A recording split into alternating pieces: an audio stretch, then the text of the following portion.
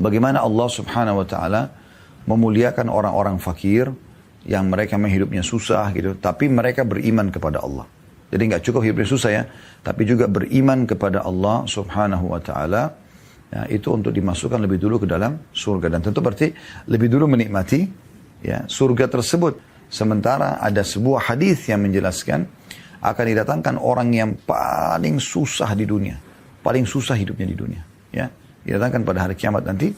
Kemudian dari ahli surga tapi dimasukkan satu celupan di dalam surga. Dimasukkan satu celupan di dalam surga. Kemudian dikeluarkan. Lalu ditanya, apakah pernah kau menderita selama ini? Pernah nggak kau hidup susah selama ini? Maka dia mengatakan, demi Allah tidak pernah. Jadi satu celupan di surga membuat semuanya penderitaan dunianya hilang. Misal 70 tahun dia susah, dia miskin, tapi dia orang beriman. Bagaimana Anda biasa lihat mungkin kalau lagi azan, di Indonesia, jadi Jakarta misalnya kita lihat. Pas lagi azan, banyak sekali penjual bakso, gorengan, ya, penjualan mainan anak-anak mampir di depan masjid atau di belakang masjid, lalu mereka tinggalkan dagangnya lalu kemudian mereka sholat. Dan sebaliknya orang-orang yang pakai Mercy, Alphard, mobil-mobil mewah lewat tapi nggak mampir sholat.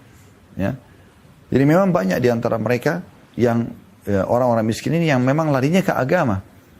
Ya, seperti itu kurang lebih. Ya, tapi sekali lagi ini bukan maknanya kalau orang kaya itu atau orang miskin akan mengalahkan derajat di surga nanti. Karena di surga itu nanti adalah amal-amalnya. Ada beda kasus masuk ke surga lebih dulu dengan nanti perbedaan derajat di surga. Ya. Abu Bakar orang kayanya sahabat. Orang kayanya kaum muslimin. Bahkan kata Aisyah radhiyallahu anha, karena Abu Bakar atjar Quraisy hatta dakhara fil imara. Bahwasanya Abu Bakar adalah pedagang paling ulungnya orang-orang Quraisy sampai dia masuk ke dalam pemerintahan. Baru beliau tidak lagi sibuk dengan perdagangan, tapi sibuk dengan tugas barunya, gitu kan.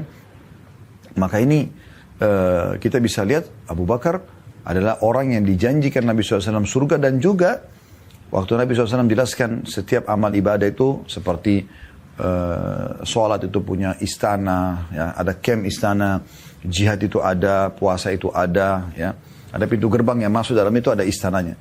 Lalu kata Abu Bakar, ya Rasulullah, apakah ada orang yang punya istana di semua jenis-jenis ibadah itu? Sehingga dia bisa berpindah-pindah istana di surga nanti?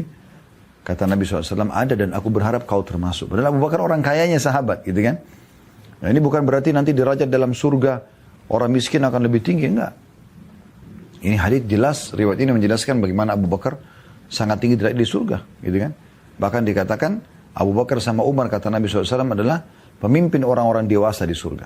Sebagaimana Hasan dan Husain radhiyallahu anhuma, cucu Nabi SAW, adalah pemimpin anak muda di surga, ya. Nah, ini poin juga perlu digarisbawahi.